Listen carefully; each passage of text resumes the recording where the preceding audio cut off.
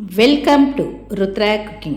இன்றைக்கி நம்ம ருத்ரா குக்கிங்கில் இட்லி உப்புமா தான் செய்ய போகிறோம். இது ஆல்ரெடி உங்களுக்கு தெரிஞ்சிருந்தாலும் நான் இப்போ செஞ்சுறேன். தெரியாதவங்க பார்த்து கற்றுக்கோங்க. அதுக்கு நான் ஒரு 15 இட்லி எடுத்திருக்கேன். அதை நம்ம நல்லா உதிர்த்து வச்சுக்கலாம். இந்த இட்லி உப்புமா செய்கிறதுக்கு ஒரு வானல் எடுத்துக்கலாம். அந்த வானலில் எண்ணெய் சேர்த்து அதில் நான் மோர் மிளகாய் போட்டிருக்கேன். பச்சை மிளகாய், காஞ்ச மிளகாய் எது வேணாலும் போடலாம். நான் மோர் மிளகாய் போட்டு அது கொஞ்சம் நல்லா வறுபட்ட உடனே ஒரு 3 டீஸ்பூன் கடலப்பருப்பு போட்டிருக்கேன். கடலப்பருப்பும் இப்போ நல்லா வறுபடணும். வறுபட்ட உடனே நான் ஒரு பவுல் வெங்காயத்தை பொடியாக கட் பண்ணி வச்சுருக்கேன். அதையும் நம்ம இது கூட சேர்த்துக்கிட்டு இப்போ நல்லா அதை வதக்கிக்கலாம். இது பொன்னிறமாக வதங்கினதுமே இதுக்கு கொஞ்சம் உப்பு தேவைப்படும். இட்லியில் ஆல்ரெடி உப்பு இருக்குது, இருந்தாலும் நம்ம வெங்காயம்லாம் பொறுத்தாலும் உப்பு போடணும்.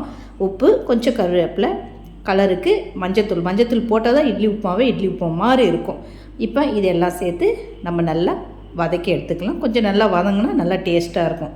வெங்காயத்தை வதக்கிட்டு இப்போ நம்ம இட்லியை நல்லா உதிர்த்து வச்சுருக்கோம். அந்த உதிர்த்த இட்லியை நம்ம இந்த வானலில் சேர்த்துக்கிட்டு நல்லா கலந்து எடுத்துக்கலாம். கலந்தோம்னா அருமையான அற்புதமான சுவையான இட்லி உப்புமா நம்மளுக்கு ரெடி ஆகிடுச்சு.